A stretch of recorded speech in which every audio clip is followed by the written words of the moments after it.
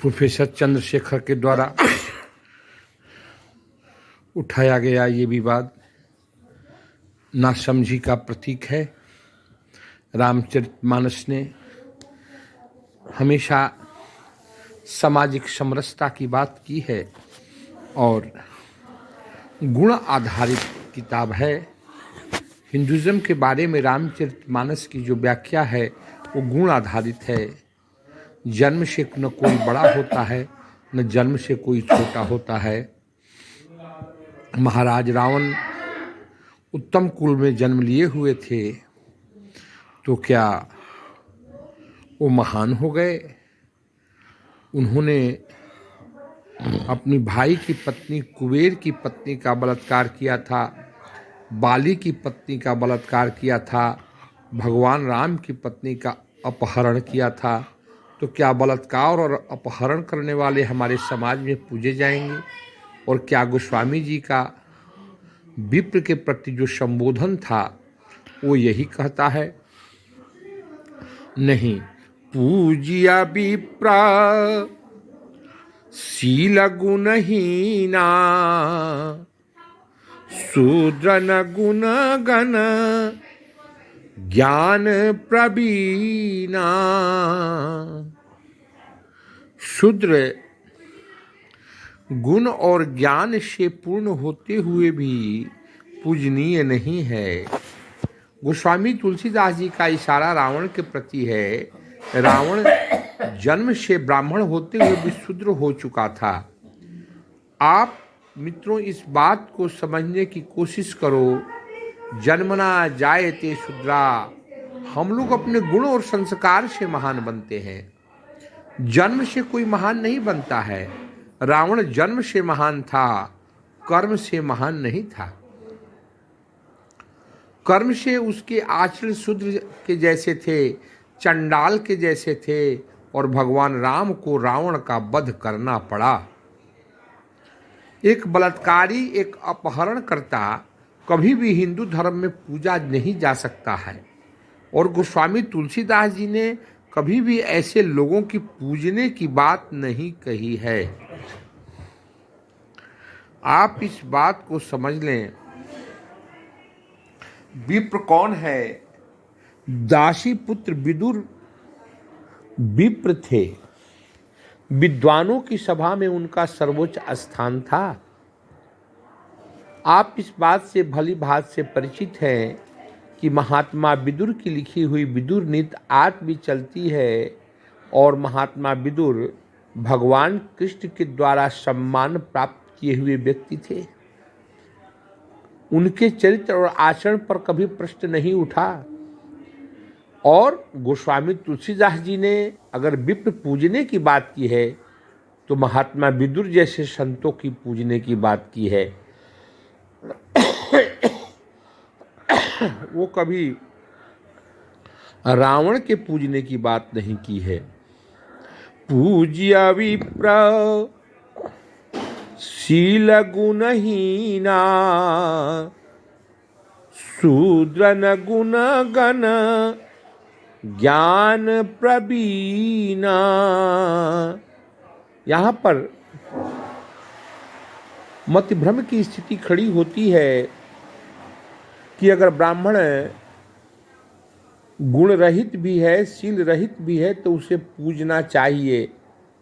लेकिन ब्राह्मण है कौन? क्या जन्म लिया हुआ ऊंचे कुल में जन्म लिए हुआ व्यक्ति क्या ब्राह्मण है?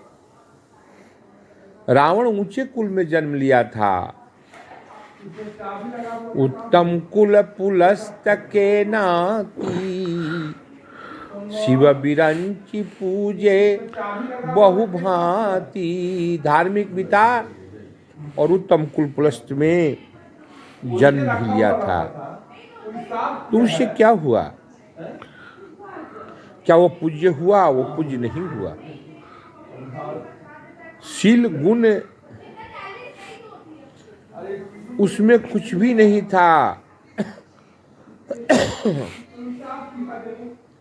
रावण ब्राह्मण होते हुए भी चंडाल कहलाया, शूद्र कहलाया। और महात्मा विदुर दासी पुत्र होते हुए भी विद्वान कहलाए, विप्र कहाए। महर्षि विश्वामित्र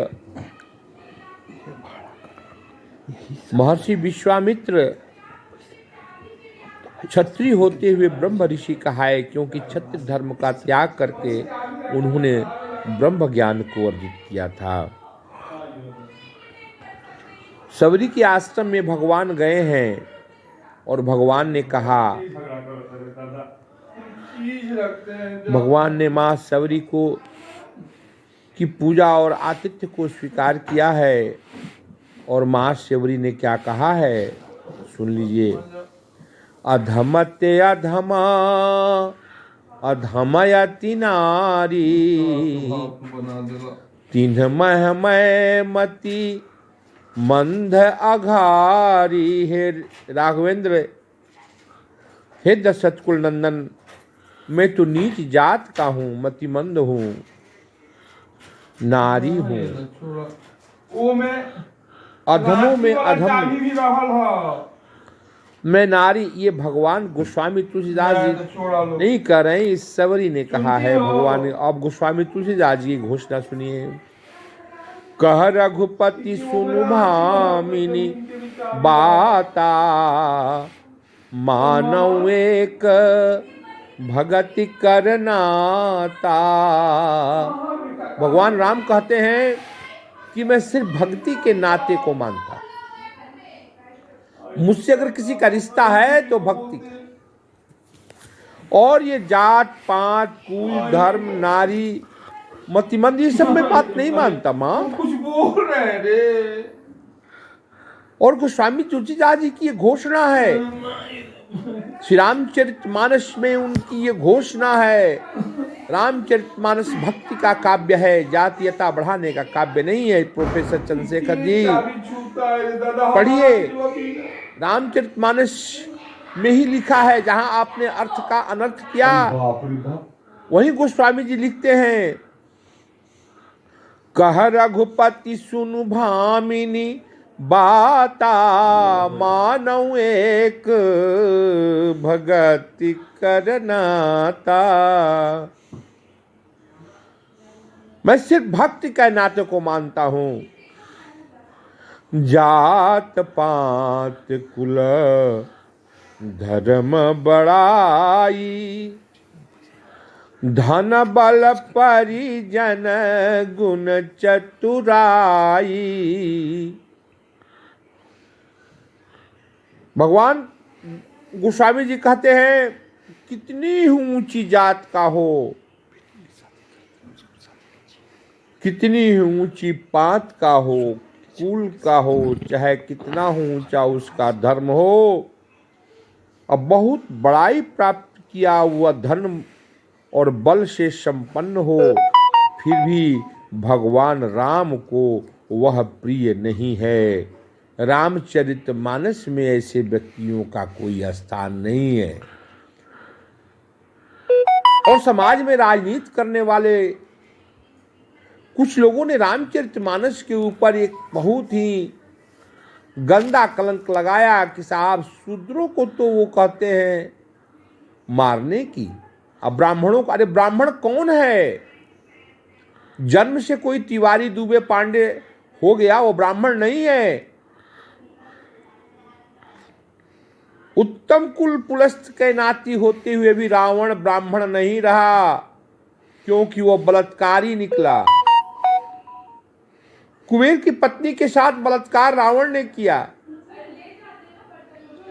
बाली की पत्नी के साथ बलात्कार रावण ने किया, जनक नंदिनी सीता का अपहरण करके अशोक वाटिका में रावण लाया।